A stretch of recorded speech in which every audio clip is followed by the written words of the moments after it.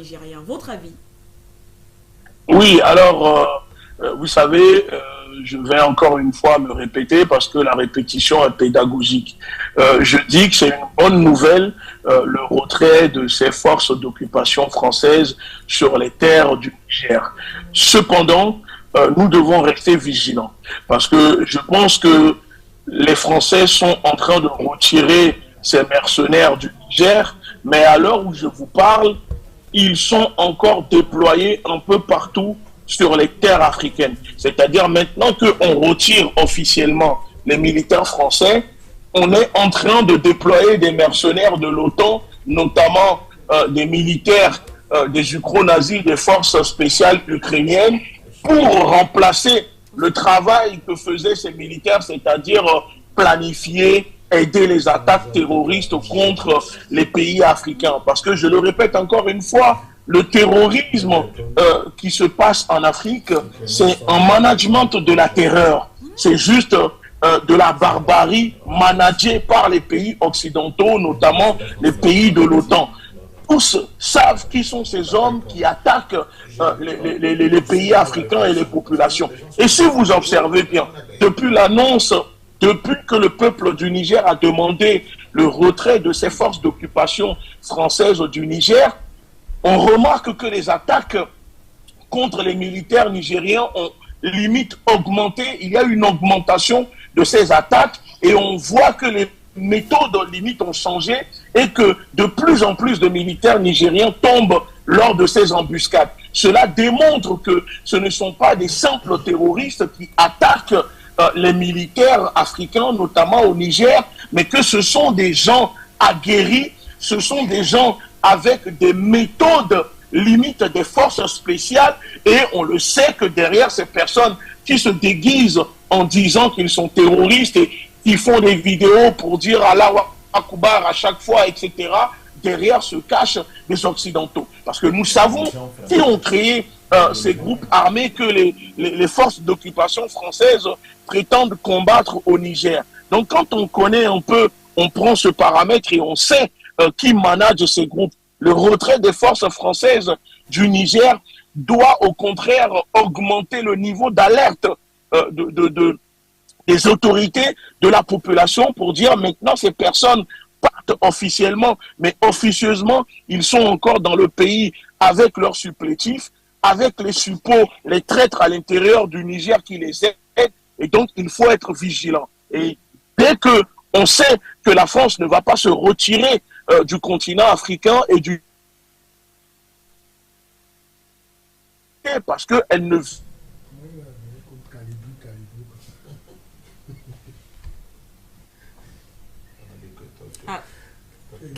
On ne négocie pas avec le diable, mais il a totalement raison.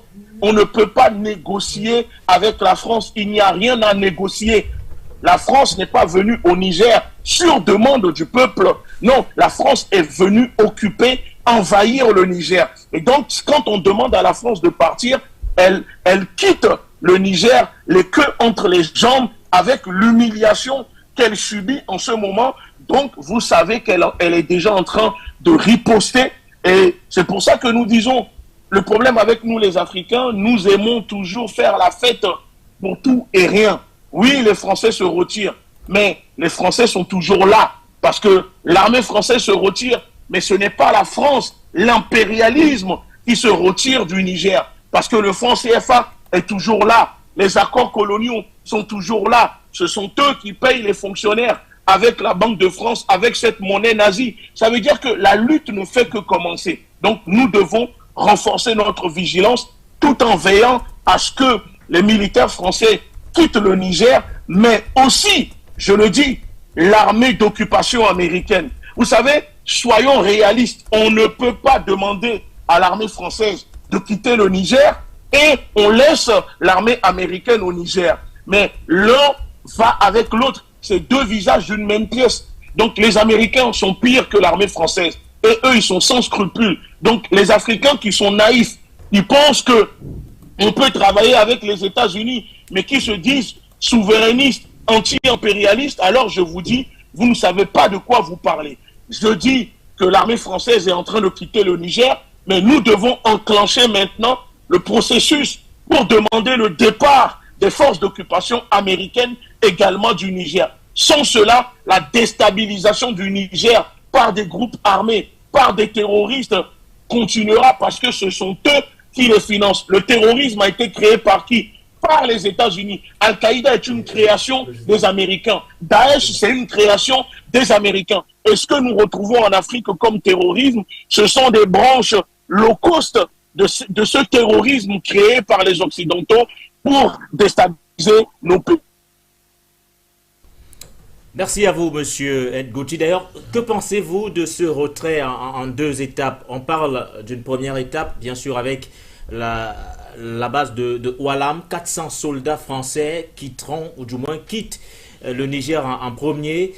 400 sur environ aujourd'hui 3500 quand même, puisqu'on a recensé, et selon bien sûr l'état-major général des armées du côté du Niger, au lieu de 1500, il serait environ 3500 de ce côté. Donc 400 pour Oualam, et le reste, ça sera le reste bien sûr de soldats français devra quitter le territoire d'ici la fin de l'année 2023. Est-ce que vous êtes satisfait aujourd'hui par ce retrait en deux étapes, ou alors vous êtes de ceux qui pensent qu'on devait militer pour un retrait immédiat et sans délai? Moi, je pense qu'il aurait fallu faire en sorte que le retrait se fasse directement, pas en deux étapes, ni trois étapes, ni quatre étapes. Il fallait tout simplement faire comme cela s'est déroulé au Mali et au Burkina.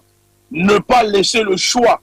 On demande le retrait, vous planifiez votre agenda, vous nous dites « Ok, on se retire directement ». Pas retirer 400 soldats, 200 soldats, 300 soldats. Non, ce n'est pas comme ça. Parce que pendant ce temps, les attaques continuent de se multiplier.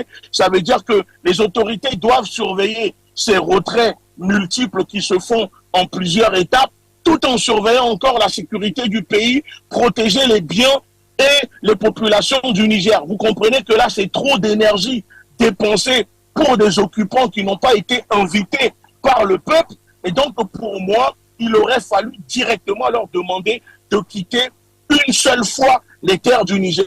Maintenant, c'est fait, c'est fait. Ils sont en train de le faire. Tant mieux, parce que vous savez, en ce moment, je pense que ces militaires seront plus utiles ici en France, par exemple à Marseille, où le terrorisme des gangs fait, ravage, où ça tue tous les jours au Kalachnikov. Les populations sont désemparées. Je pense qu'il faut retirer ces militaires et les envoyer directement à Marseille, ou peut-être les envoyer à Mayotte, où le taux de criminalité, l'insécurité galopante fait peur aux populations. Donc si la France est déjà confrontée au problème d'insécurité, c'est le moment pour elle de retirer rapidement possible ses forces d'occupation du Niger. On sort avec vous sur peut-être la question autour de cette vente aux enchères, peut-être un mot également là-dessus, de cet avion présidentiel, le président Denis Sassou Nguesso, vous le savez, du côté de la France, cet avion qui a été bien sûr vendu sans l'accord des autorités congolaises, qui aujourd'hui d'ailleurs ont indiqué qu'elles vont utiliser tous les recours possibles pour que, selon en tout cas eux là-bas, justice soit rendue. Déjà, il y a des critiques, il y a beaucoup qui applaudissent parmi les Africains cette décision des autorités françaises quand même, parce qu'on estime que cela pourrait peut-être amener nos dirigeants à ne plus aller investir du côté de l'étranger, mais beaucoup remettent également une fois de plus sur la table la question de cette arrogance française vis-à-vis des États africains. Votre avis également sur cette actualité? Mais vous savez, moi, je suis du côté de ces Africains qui applaudissent. Pourquoi? Pour moi, c'est bien fait. Bien fait pour ce dirigeant congolais, parce qu'on ne demande pas autorisation à un esclave, à un domestique de la basse-cour pour pouvoir vendre l'avion. Mais ce que je dis, nous invitons même l'État français à continuer à saisir les biens de ces dirigeants esclaves qui volent l'argent de leur peuple pour venir acheter des biens immobiliers ou je ne sais quoi ici en France. Mais par contre, ce que nous disons, c'est que si l'État français, la justice saisit ces biens et que ces biens sont revendus, nous sommes pour, à la Ligue de défense noire africaine, à ce que l'argent soit retourné aux populations. Sinon, ça s'appelle du vol.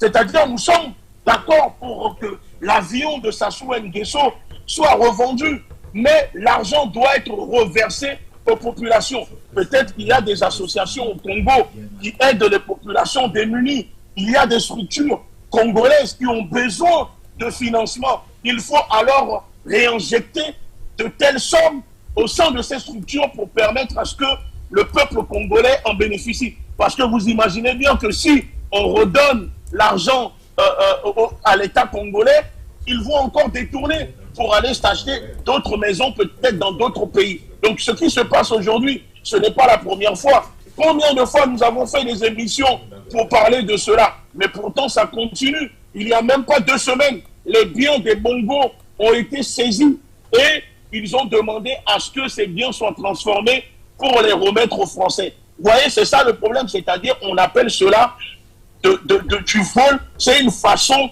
comment dire, de prendre les biens des Africains pour le laisser en France, alors que la justice française, normalement, devrait remettre l'argent de ces biens revendus en les donnant aux populations africaines. Parce que l'avion présidentiel a été acheté avec l'argent des Congolais et non l'argent des Français. Donc je ne vois pas pourquoi la France revend l'avion mais ne reverse pas l'argent aux populations congolaises. Donc c'est ça, nous, que nous dénonçons. Merci à vous, Ngutchi Beranza. Merci d'avoir été avec nous pour ces quelques minutes. On rappelle que vous avez plusieurs casquettes, mais vous êtes surtout le président de la Ligue de défense noire africaine. Merci d'avoir été avec nous. Très bonne soirée. On revient ici sur le plateau pour...